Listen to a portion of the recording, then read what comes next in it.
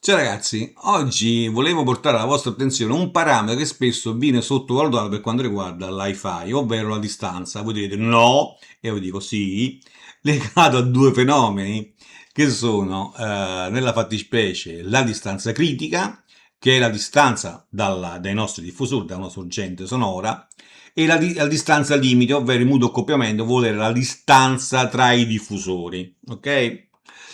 In questa istanza vedremo la distanza critica e poi il prossimo appuntamento vedremo la distanza limite, ovvero il mutuo accoppiamento. Ma cos'è questa distanza critica DC? È quella distanza alla quale il livello del campo riverberante eguaglia il campo diretto, è questo qua. Qua abbiamo il livello, qua abbiamo la distanza. È la distanza in cui questo e questo hanno lo stesso livello. Ok?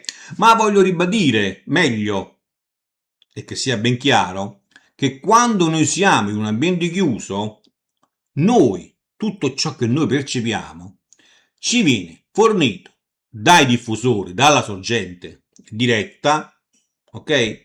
E da ciò che viene riflesso sempre dalla sorgente, quindi il contributo è sempre dalla sorgente. Mm? Queste sono le cosiddette sorgenti fantasma.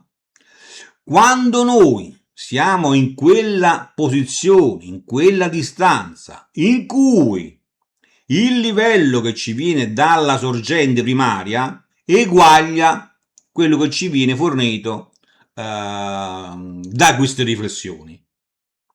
Metto un asterisco qua perché per tali condizioni cosa succede? Quando, e ripeto, ribadisco, il livello del campo riverberante ha lo stesso livello dei diffusori, cioè del campo diretto. C'è un'indicazione da fare, mi aspetto che qualcuno di voi me la scriva nei commenti. Potremmo e possiamo dividere questa distanza in tre regioni, quando siamo entro la distanza critica, molto più vicino ai diffusori quindi, quando siamo grosso modo nella distanza critica, quando siamo oltre la distanza critica.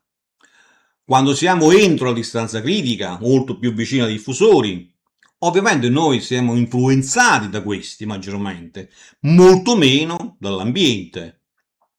Molto meno dall'ambiente. Sono condizioni ricercate ed essenziali quando, ad esempio, si vuole masterizzare, stiamo lavorando sul suono, stiamo in uno studio di registrazione, ci interessa ciò che stiamo registrando e quindi ciò che esce dai diffusori, che non deve essere influenzato dal nostro ambiente. Il contributo dell'ambiente non ci interessa minimamente e quindi saremo vicini, ok? Oppure quando vogliamo ascoltare il nostro impianto, non vogliamo alzare il volume dell'amplificatore, magari perché abbiamo vicini antipatici, non vogliamo disturbare i nostri familiari, per vari motivi, non voglio alzare, quindi mi avvicino.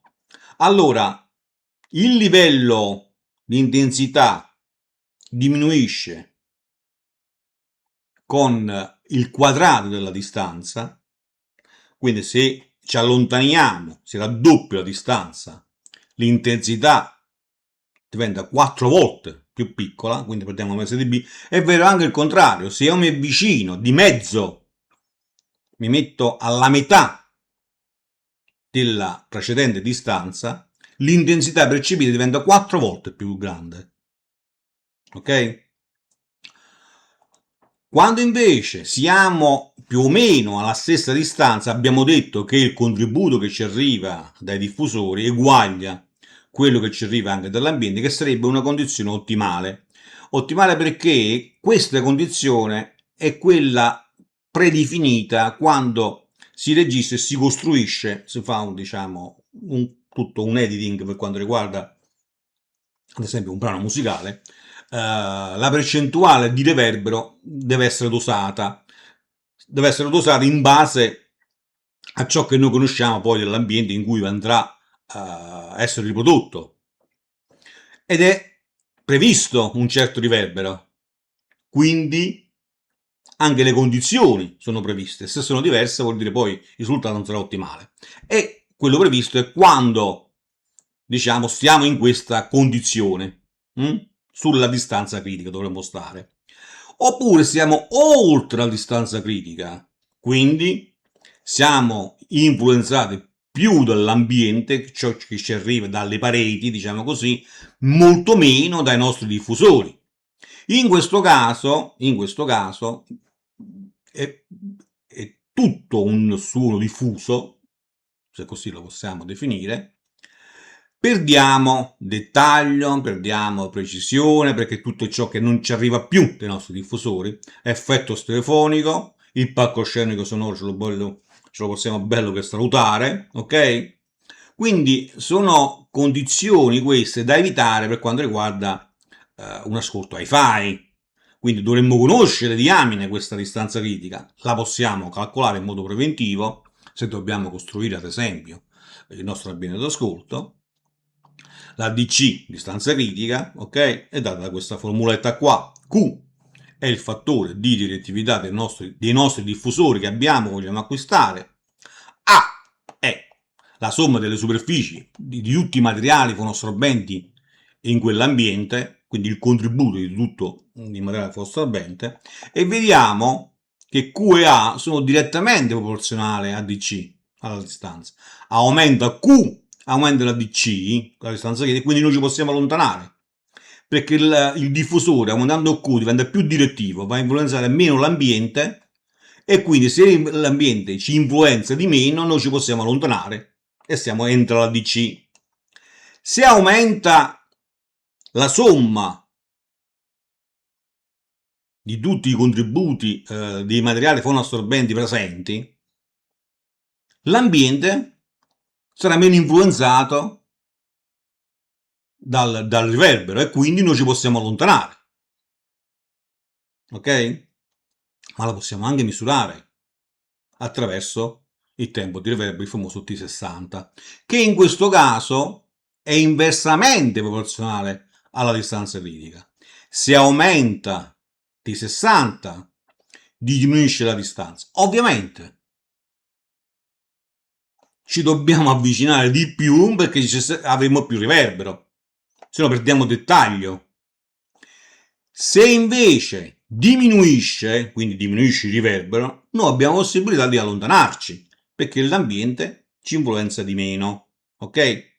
Nella fattispecie, quando parliamo di Q, fattore di direttività, è più che altro l'indice di direttività della sorgente, perché non parliamo di un diffusore, voglio dire, è multifrequenza, a largo spettro, ok? E quindi abbiamo l'indice di direttività, ovvero la distanza è in funzione anche della frequenza, ok? Quindi è molto molto importante la distanza critica, anche e soprattutto per quanto riguarda l'aspetto, pardon, per quanto riguarda l'hi-fi, ok? Bene, io mi fermerei qua, sì, mi fermo qua. Spero di non aver commesso qualche grosso errore, eventualmente me lo segnalate. Se il video è stato di vostro interesse e vi è piaciuto, mettete un mi piace per darmi una, mi fate comunque felice, lo sapete. E niente, ci sentiamo per la prossima per quanto riguarda la distanza limite o mutuo accoppiamento, ok? Bene, alla prossima, ciao!